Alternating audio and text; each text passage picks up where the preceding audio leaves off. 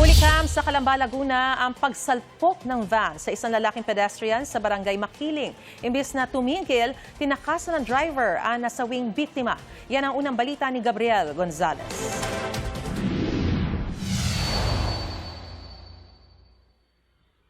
Pasado 4:00 ng madaling araw nitong Martes, tumatawid ang lalaking yan sa pedestrian lane sa Maharlika Highway sa barangay Makiling, Calamba, Laguna. Huminto siya sa gitna at tumingin sa kanyang kanan dahil may paparating na wing van nang bigla siyang masalpok ng humaharurot na utility van. Nakaladkad pa siya ng ilang metro. Sa halip na huminto, tumuloy lang sa pag-andar ang van. Sa isa pang anggulo ng CCTV, kitang nag-counterflow na ang utility van para makatakas. Ang biktimang 25 anyos sa production operator, bibili lang daw sana ng almusal bago pumasok sa trabaho sa pabrika.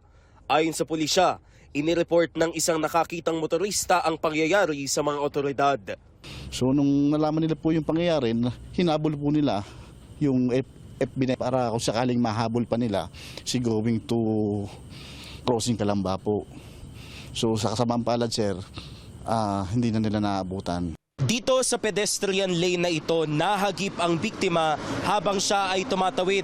Ito po kasing Maharlika Highway na sakop ng barangay Makiling sa Calamba, Laguna ay dinaraanan ng mabibilis at malalaking mga sasakyan. Ayon sa barangay, madalas po ang aksidente sa lugar na ito. Malimit po. Malimit po ang aksidente. Sa ganong oras po ng madaling araw, alas 4, talaga matutulin po yung mga sasakyan. Hindi naman po kami nagkukulang sa mga bawat kanto. Nilalagyan po namin ng mga tanod dyan. Inaalam pa ang pagkakakilanlan ng driver. Dalawa raw ang posibleng tinahak ng sospek ng tumakas. Ang SLEX Star Tollways pa Batangas o ang SLEX patungong Maynila. Nakipag-coordinate rin kami sa SLEX para makapag-review kami ng CCTV para ma-identify po namin yung plate number at malocate po namin yung suspect, mahuli po agad namin. Hindi po kami titigil sir para mahuli po itong suspect na ito. Sa mga mga driver, motorista na nakakita o may mga sasakyan na may dashcam na makatutulong sa ginagawa ng investigation, makipag-unayan lang kayo sa amin dito sa Calamba City Police Station. Hindi namin alam na kayo yung kaantuan eh. Yun na lang kahit sumuko na lang panagutan yung ginawa. Makipag-ugnayan ka sa aming himpilan dito sa Calamba City Police Station.